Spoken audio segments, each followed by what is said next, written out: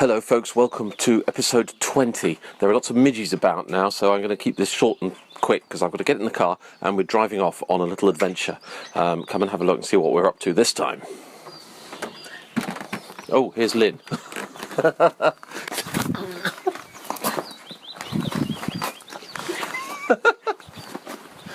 It's going to be one of those days, isn't it? I can tell.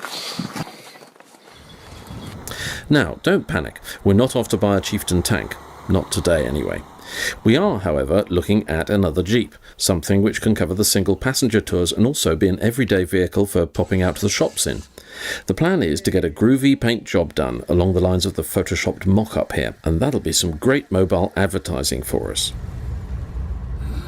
It is, of course, vital to thoroughly check the most important features of any new car. Lynn leaves no stone unturned. Where's the horn? You just press the middle with the barges on the steering wheel. Sorry. It's the little things that please her. It's very easy. Sorry. That's What is she like? Ridiculous. By the time we'd got home, we'd already given him a name. Welcome JJ to the Skye Jeep Tours fleet of 4x4s.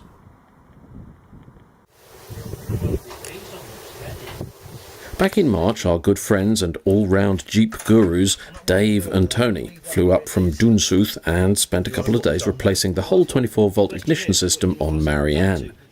She now has an alternator instead of a dynamo and new distributor, coil and leads, something which will make her much easier and cheaper to maintain, even for a numpty like me. While they were at it, they moved the exhaust, checked the bearings and inspected my half shafts. Oh, yeah, that's a half shaft. There she is. Yeah, okay. Jolly good. Now the bit we're interested in is from the wear mat where my thumb is there Right.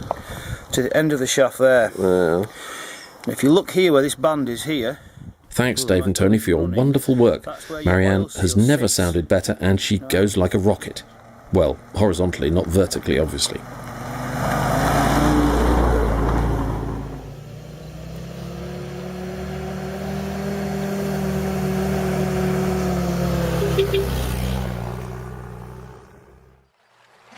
Followers of the Skye Jeep Tours video blog will know that we love taking people down to Elgol. Well, on a recent trip, those lovely people from the Bella Jane boat trips offered me a ride over to Loch Corrúsc and back. It was such a glorious day, how could I possibly refuse? The trip to the loch takes about 30 minutes, and on the way you get an exhilarating ride, a fascinating commentary, and even a cup of tea or coffee on the return trip. You're guaranteed to see plenty of seals, and if you're lucky you could see dolphins, porpoises and even basking sharks too. The Bella Jane will leave you there for a while you explore one of the most beautiful places on the planet before returning you to Elgol safe and sound. The Bella Jane do loads of other trips too. I'm particularly keen to visit Rum and Canna, both of which sound fascinating, but that'll have to wait until another episode.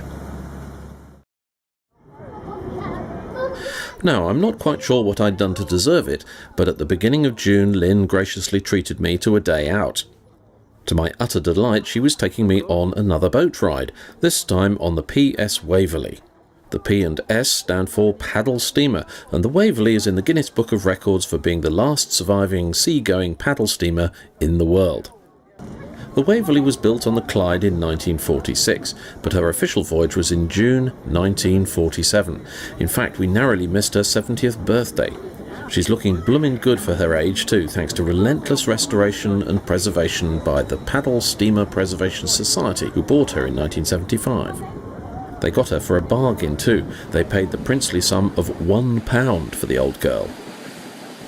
Today's trip takes us from Armadale in the south of Skye over to the Knoydart Peninsula on the mainland.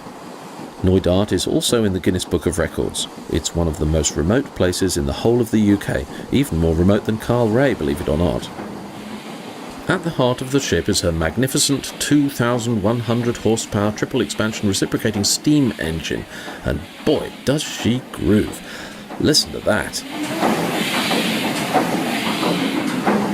Now all we need is some bass and some percussion perhaps. Take it away, PS Waverley.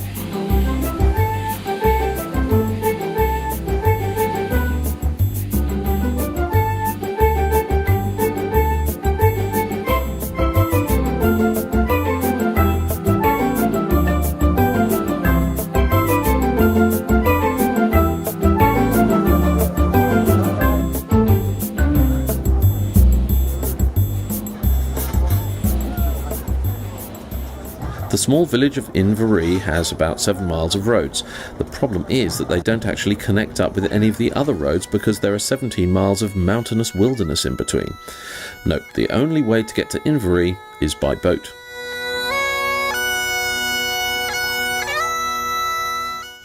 The village of Inverary is in the record books too.